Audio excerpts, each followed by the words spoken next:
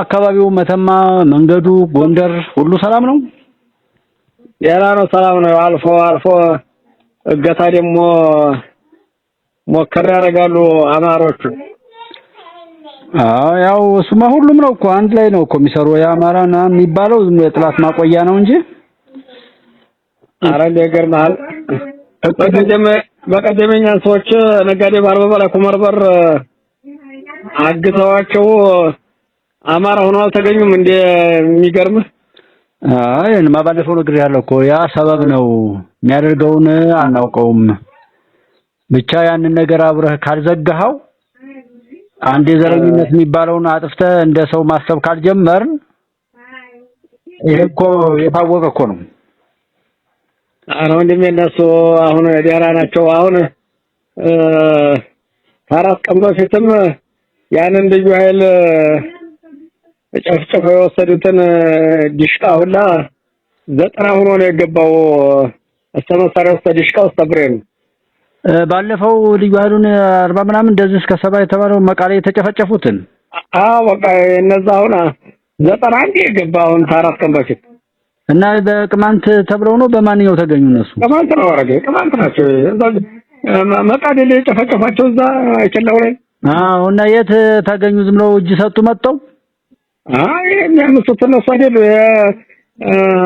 ሌንጫን ጉባኤ ደጀቢትን እየተዛዛረ አስተማቃ ድረስ ይሄው እንደሚሉት እኮ እነሱ ናቸው። ኦኬ። እና አሁን በዚህ ሰሞን ጉባኤ ላይ እንደዚህ እርምጃ የተወሰደ ነው ብለው ሰዎች ደውለውልኝ ነበረ።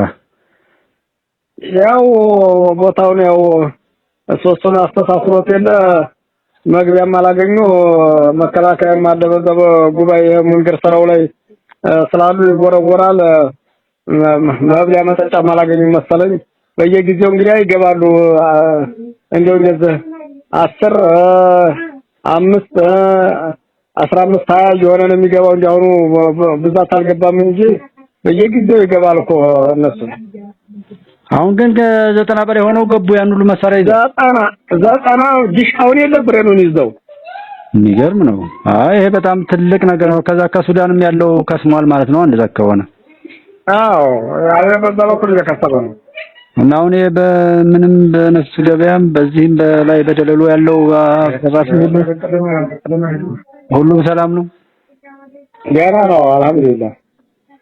ዋናው እሱ ነው። ማከራ ጎንደርስ ምን ሆኗል? ይሄን ሰሞን ምንም ሰው ስጠይቅ ምንም ነገር የለም። ግን እዚህ ሚዲያ ላይ አንዳንድ ማከራ ጎንደር ምናምን ሲባል ሰምተሃል? ኧረ የለም አልሰማንም። እንኮ ተሰሙ ነበር። ምክንያቱም ቢያንስ መንገዱ ጋር ይያዝ ነበር ተሰማ ነበር። ምንም ነገር የለም። ለዚህ ለሚዲያው ጫጫታ እንደዛ ያወሩ ሲያወሩ ሰምቼ ነው።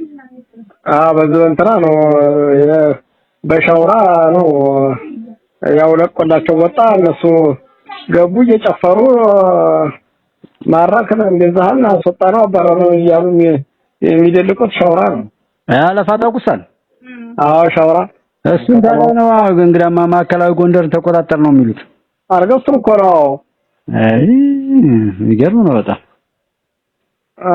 እንጃን ደግሞ አሁን በፊት የኛ ጓደኛ ነበረ እዛ ለሰርግ መጥቶ ገለጎ ተገናኝተን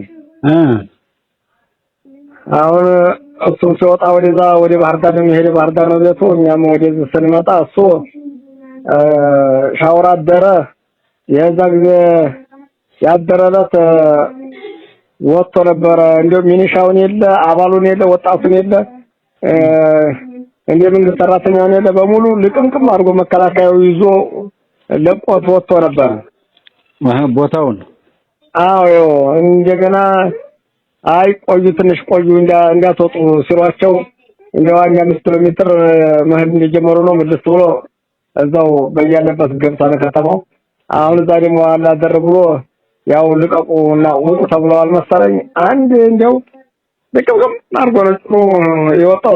እሱ ሲወጣላቸው እነሱ መተገቡ ምን ጭፈራ እየተቆሱ ምን በየባኩ ጠጋ እያሉ ፎቶአቸውን እየተነሱ ምና አልኩ ያንን ነው ተቆጣጣረው ትራም የሚሉት ለቆዳቸው ወጥቶ ሴትማ ሁሉ ሰው ራሱ አብሮ ሸፍተ ሊያስቸግረውም እኮ የራሱ ሚሊተሪ ስለሌለው መንግስት ሲኖር ወይም መከላከያ ሲኖር ዝም ይላሉ። መከላከያ ሲወጣ የደበቀውን መሳሪያ አውጥቶ ይዘርፋል። እሱ አይደል ያስቸገረው? ነበር ምናምን እያለ እዛው አብሮ የነበረውን ከነሱ ጋር የነበረውን ሰው ደግሞ ይበቀላሉ።